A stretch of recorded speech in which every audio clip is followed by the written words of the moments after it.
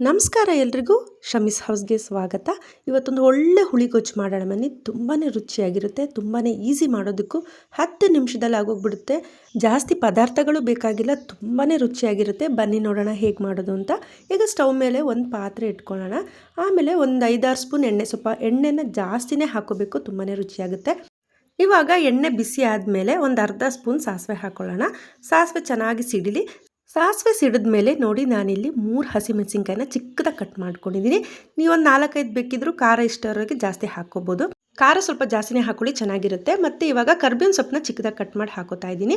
ಮತ್ತು ಇವಾಗ 3 ಈರುಳ್ಳಿನ ಚಿಕ್ಕದಾಗಿ ಕಟ್ ಮಾಡಿ ಇಟ್ಕೊಂಡಿದ್ದೀನಿ, ಅದನ್ನು ಹಾಕ್ತಾಯಿದ್ದೀನಿ. ಇವಾಗ ಇದು ಚೆನ್ನಾಗಿ ಫ್ರೈ ಆಗಬೇಕು ಎಣ್ಣೆಲಿ. ಯಾರೆಲ್ಲ ನನ್ನ ಚಾನಲ್ ನೋಡ್ತಾ ಇದ್ದೀರಾ ಪ್ಲೀಸ್ ಸಬ್ಸ್ಕ್ರೈಬ್ ಮಾಡ್ಕೊಂಡು ನೋಡಿ.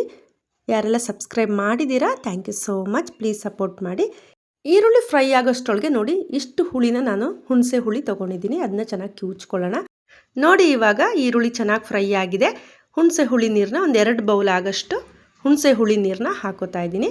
ಇವಾಗ ಇದಕ್ಕೆ ನೋಡಿ, ಒಂದು 5-6 ಸ್ಪೂನು ಸಾಂಬಾರು ಪೌಡರು ಜಾಸ್ತಿ ಹಾಕೋಬೇಕು. ಸಾಂಬಾರು ಪೌಡ್ರನ್ನ ತುಂಬ ಚೆನ್ನಾಗಾಗುತ್ತೆ. ಮತ್ತು ಉಪ್ಪು, ರುಚಿಗೆ ತಕ್ಕಷ್ಟು ಉಪ್ಪು ನೋಡ್ಕೊಂಡು ಹಾಕ್ಕೊಳ್ಳಿ.